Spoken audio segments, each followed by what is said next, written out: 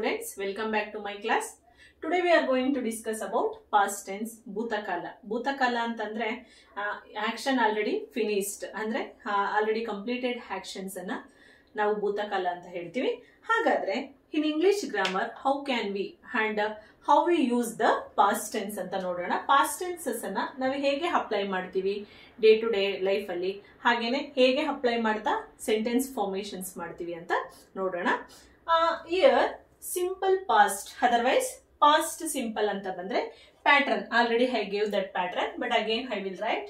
So simple past, we know subject plus V2 plus object. V2 means you know write, wrote, had, give, gave. ಹೌದಲ್ಲ, ಇದೆಲ್ಲ ಬಂದು simple past ಆಗಿರುತ್ತೆ. Right, wrote, read, read, that is the pronunciation read ಆಗುತ್ತೆ, but the same ಅಂದ್ರೆ words are same ಇರುತ್ತೆ, letters are same ಇರುತ್ತೆ. So subject V2 plus object. ಹಾಗಾದ್ರೆ simple past ಅನ್ನ ನಾವು where we are using simple past ಅಂತ ಬಂದ್ರೆ, so use to the completed action. completed action ಅಲ್ಲಿ ನಾವೇನನ್ನ ತಗೊಂತೀವಿ ಅಂದ್ರೆ use to completed action. past is a 1 minute, 1 hour or 1 second. ಹೇಗೆ ಆಗಿರಲಿ, it is the action already finished or completed. ಅಂದ್ರೆ action already ಏನಾಗಿರುತ್ತೆ ಅಂದ್ರೆ finished ಅಥವಾ completed ಆಗಿರುತ್ತೆ. So she used to my car. she used my car. Here see V2. she used my car. they took our property. V2. use the completed action. Yes, I had my dinner. Yes, I wrote my homework. Yes, no, I finished my lunch. Yes, no. So these are used to the completed action. completed action ಗೆ ನಾವು ಏನನ್ನ ಬಳಸ್ತೀವಿ ಅಂದ್ರೆ, so past simple ಅನ್ನ ಬಳಸ್ತೀವಿ. time expressions are used that indicate the specific time. so when I did that action, what time I did that action, ಯಾವಾಗ ನಾನು ಆ ಆಕ್ಷನ್ ಅನ್ನ ಕಂಪ್ಲೀಟ್ ಮಾಡಿದೆ ಅಂತ ಹೇಳಲಿಕ್ಕೆ we use to the past simple. got it?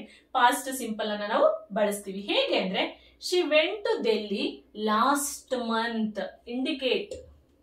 yes, no, expressions are used to that indicate the specific time ಅನ್ನ ತಿಳಿಸ್ತಿದೆ. ಇದು specific time ಯಾವಾಗ ಹೋದ್ಲು, she went V2 to Delhi last month. got it?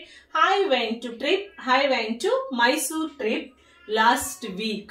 yes, this is the last week, last month, previous day. Understand? These are all indicate the specific time. I completed my exam yesterday. when I completed my exam, I completed my exam yesterday. got it? clear? okay, fine. so next, time expressions are used ಅಂತ ನಾನು ಏನು ಹೇಳಿದ್ದೀನಿ, ಅಲ್ಲಿ indicate the time, specific time ಅಂತ ಬಂದಾಗ you only just apply ಮಾಡ್ತಾ ನೋಡಿ. ನೀವೆಲ್ಲ ಆಕ್ಷನ್ಸ್ ಅನ್ನ ಒಂದು ಇಂಡಿಕೇಟೆಡ್ ಟೈಮ್ ಅಲ್ಲಿ ಮಾಡಿರ್ತೀರಾ, ಆ ಟೈಮ್ ಅನ್ನ ಅಪ್ಲೈ ಮಾಡಿ you have to make own sentences. that is will give a good practice ಅಂತ ಹೇಳ್ತೀನಿ. Next for negative expressing. ನಾವು ನೆಗೆಟಿವ್ ಎಕ್ಸ್ಪ್ರೆಸಿಂಗ್ ಗೆ ಹೇಗೆ ನಾವು ಪಾಸ್ಟ್ ಅನ್ನ ಬಳಸ್ತೀವಿ ಅಂದ್ರೆ, so she did, okay, she went to school yesterday. she went to school yesterday. she went to school yesterday. see here, she did not go to school yesterday. how? negative formation very important. ಕೇಳ್ತಾರೆ 1 marks ಗೆ ಇನ್ನು 10th standard ಅಲ್ಲಿ. how she went to school yesterday. frame the following sentences into negative formation ಅಂದಾಗ she did not go to school yesterday. ಅದೇ present simple ಅಲ್ಲಿ ಆಗಿದ್ರೆ ಏನ್ ಮಾಡ್ತಿದ್ರಿ, she does not. yes, in past she did not. remember one very important, when we took did ಅನ್ನ ತಗೊಂಡಾಗ V2 convert into V1. very most important in parts of speech ಇರ್ಬೋದು, tenses formations ಇರ್ಬೋದು. and one more thing, what is that main, ಯಾವ್ದನ್ನಪ್ಪ ಅದು mains ಅನ್ನ ಕೊಡ್ತಾರೆ, what is that, we have to make that proper way of tenses writing ಇರ್ಬೋದು. Otherwise ಇನ್ನೊಂದು ಯಾವ್ದಪ್ಪ ಅಂತಂದ್ರೆ, so V2 ಅನ್ನ ಕನ್ವರ್ಟ್ ಮಾಡಿ ಬರೆಯುವಂತದ್ದು, what is that, I forgot that means. okay, so she went to school yesterday. ಹಾಗಿದ್ರೆ went to ಅನ್ನ ನೀವು negative ಮಾಡಿದಾಗ she did not complete my homework ಅಂತ ನಾವು ಮಾಡ್ತೀವಿ. ಇದೇ ಸೆಂಟೆನ್ಸಸ್ ಅನ್ನ you have to frame question tag ಅಂದಾಗ did she or didn't she ಎಲ್ಲಾ ಮೆಥಡ್ ಅಲ್ಲೂ ಹೇಳ್ಕೊಡ್ತಿದ್ದೀನಿ ಕ್ವಶನ್ ಮಾರ್ಕ್. ಕ್ಲಿಯರ್? ಅರ್ಥ ಆಯ್ತು ಅನ್ಕೊಂತೀನಿ. ಓಕೆನಾ? So negative formation, I did not complete my homework. It is in positive, she went to school. Did, when we get in sentence did, immediately V2 convert into V1. Without V2 anna V1 ni convert madilla antandre definitely you will lose the marks. Understand? Okay. Next, did she and didn't she is a question framing. Any doubt? No doubts. I think no doubts in this one. Past simple. Next, past continuous. Past continuous pattern. Subject plus was or were plus V1 plus ing plus object. Was or were. Okay. Was or were. It is a helping verb. V1 plus ing. Was for singular. Was for she, he, it or any naming words. Were for plural. Plus I for also was in past continuous. Okay, fine. So next, action was happening specific time in the past. When we are using past continuous in regular. Regular agi hege ಬಳಸ್ತೀವಿ ನಾವು past continuous ಅಂದ್ರೆ action was happening in specific time in the past. Specific time in the past. ಹೇಗೆ specific time ಅಲ್ಲಿ past ಅಲ್ಲಿ ಮಾಡಿರ್ತೀರಾ ನೋಡಿ. Last year this time. Last year this time I was doing class in Sri Vinayaka High School. See ya. Last year this time. ನೀವು ಬಳಸಬಹುದು last year this time I was going to my village. Clear? And last month this time. Last month this time we were traveling to Mysore. We were traveling to Mysore. ನೀವೇ ಅದನ್ನ sentence formations ಮಾಡಿ. Very easy ಅಲ್ಲ? Last year this time what you were doing. Last month this time what we were doing. This is the action was happening in specific past. Okay. Last year this time she was going to Pune. Okay. Last month this time I was writing my exam. Anything you write, no problem. But this is the action was happening in specific time in the past. Clear?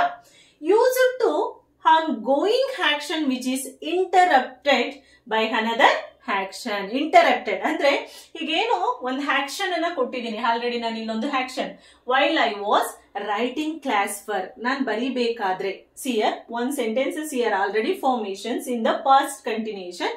Another one past will become. It is not past continuous ಬರ್ಬೇಕಂತ ಇಲ್ಲ. Past simple or past continuous anything. So while I was writing class work, my friend came to my house. Came to my house. See here. Understand? Past only, no present tense. So, while I was writing classwork, so my friend came to my home. When we were playing football, already one action was given in where? In past continuous. When we were playing football, my mother was called me. Or anything you write, your wish. Okay, no problem. Here, use to ongoing action. ನಾನು ಯಾವ action ಅನ್ನ ಹೇಳಿಕ್ ಹೋಗಿದ್ದೀನಿ which is interrupted by another action. ಅದು ಇನ್ನೊಂದು action ಜೊತೆ ಏನಾಗಿದೆ ಅಂದ್ರೆ ಜೋಡಣೆ ಆಗಿದೆ. This is the way you use to past continuous. Next, negative formations in the past continuous. ತುಂಬಾ ಇಲ್ಲ ಅಂದ್ರೆ ಒಂದಕ್ಕೊಂದು ಲಿಂಕ್ ಇರುತ್ತೆ ತುಂಬಾ. ಪಾಸ್ಟ್ ಸಿಂಪಲ್ ಇರ್ಬೋದು, past continuous. Again past perfect and past perfect continuous ಒಂದಕ್ಕೆ ಲಿಂಕ್ ಇರುತ್ತೆ. So how can we use negative? Negative ಅಂದಾಗ I was not talking in the mobile during the riding. It's a best habit, very good habit. ಹೌದಲ್ಲ? I was not talking. Negative. I was not talking in the mobile during the riding. So how can you make question? Wasn't high, question mark, wasn't she, question mark, weren't they, were they. These are the framing method of question tag. Okay, any doubts here? So ಇಲ್ಲಿ ಏನಪ್ಪಾ ಅಂತಂದ್ರೆ ಹೆರರ್ the paragraph ಬರುತ್ತೆ. ಎಲ್ಲಿ ನಾನು ಬಳಸೋದು ಅಂತ ಕೇಳಿದೆ ನಿಮ್ಗೆ, ಡಿಡ್ ಮತ್ತೆ ಗೋ ಮತ್ತೆ ಡಿ ಅನ್ನ. ಸೊ ಆಲ್ರೆಡಿ 1 year ನಾನು ಲೆಸನ್ಸ್ ಇಂದ ಸ್ವಲ್ಪ ಗ್ಯಾಪ್ ಆಗ್ತಿರೋದ್ರಿಂದ I forgot. So error paragraph ಇರುತ್ತೆ 10th ಅಲ್ಲಿ, ಹೌದಲ್ಲ? ಸೊ 3 marks ಇರುತ್ತೆ. So 3 marks or 4 marks, I forgot 2 marks ಇರುತ್ತೆ. ಅಲ್ಲಿ ನಿಮಗೆ ಡಿಡ್ ಅನ್ನ ಅಪ್ಲೈ ಮಾಡಿರ್ತಾರೆ ಎಲ್ಲಾ ಕಡೆ, ಡಿಡ್ ಅನ್ನ ಅಥವಾ V2 ಅನ್ನ ಅಪ್ಲೈ ಮಾಡಿರ್ತಾರೆ. V2 ಅನ್ನ ಅಪ್ಲೈ ಮಾಡಿ ಒನ್ ಸೈಡ್ ಮಾತ್ರ ಪ್ಯಾರಾಗ್ರಾಫ್ ಎರರ್, ಹೌದಲ್ಲ? ಸೊ ಲೈಕ್ V2 ಇರಬಹುದು, ಅದರ್ವೈಸ್ ದ ಸ್ಪೆಲ್ಲಿಂಗ್ ಮಿಸ್ಟೇಕ್ಸ್ ಇರಬಹುದು, ಆಲ್ಫಾಬೆಟಿಕಲ್ಸ್ ಇರಬಹುದು, ಕ್ಯಾಪಿಟಲ್ಸ್ ನೀಡೆಡ್ ಇರಬಹುದು. So many way they are method ಅನ್ನ ಅಪ್ಲೈ ಮಾಡಿರ್ತಾರೆ. ನೆಕ್ಸ್ಟ್ ಮಾಡ್ತೀನಿ, ಈ V2 ಅನ್ನ ಹಾಕಿ ಒಮ್ಮೆ ಏನ್ ಮಾಡಿರ್ತಾರೆ ಅಂತಂದ್ರೆ ಡಿಡ್ ಜೊತೆನಲ್ಲೇ ಏನ್ ಕೊಟ್ಟಿರ್ತಾರೆ ಅಂದ್ರೆ V2 ಅನ್ನ ಕೊಟ್ಟಿರ್ತಾರೆ. ಓಕೆನಾ? ಲೈಕ್ ಡಿಡ್ ರೋಟ್ ಅಂತ ಕೊಟ್ಟಿರ್ತಾರೆ.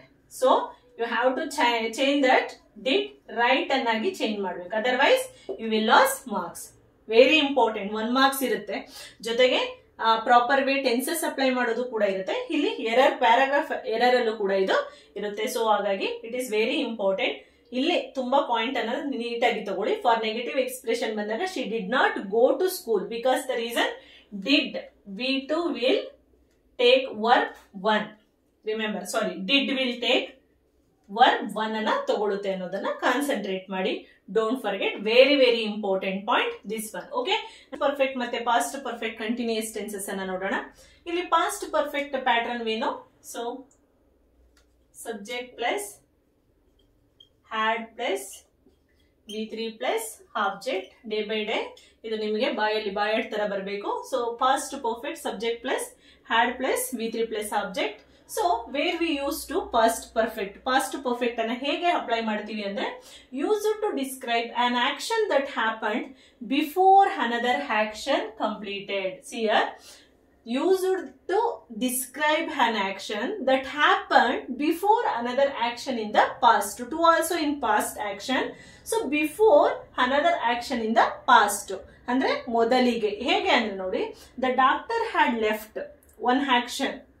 Describe the doctor had left the hospital by the time we arrived. Another action in the past. ನಾವು ಹೋಗೋದಕ್ಕಿಂತ ಮುಂಚೆನೆ ಡಾಕ್ಟರ್ ಏನ್ ಮಾಡಿದ್ರು ಅಂದ್ರೆ ಅಲ್ಲಿಂದ ಹೊರಟೋಗಿದ್ರು. two sentences also in the past, but one action, one completed action related to another one completed action. The doctor had left the hospital by the time we arrived. This is the method to apply past perfect formation. Understand? So the next one, she had learnt English for 1 year, one action, before she moved. Had left, arrived. See here, past, 2 action. Here also she had learnt English for 1 year. ಅವಳು English ಕಲ್ತಿದ್ಲು ಯಾವಾಗ ಅಂದ್ರೆ 1 ವರ್ಷ ಮುಂಚೆನೆ.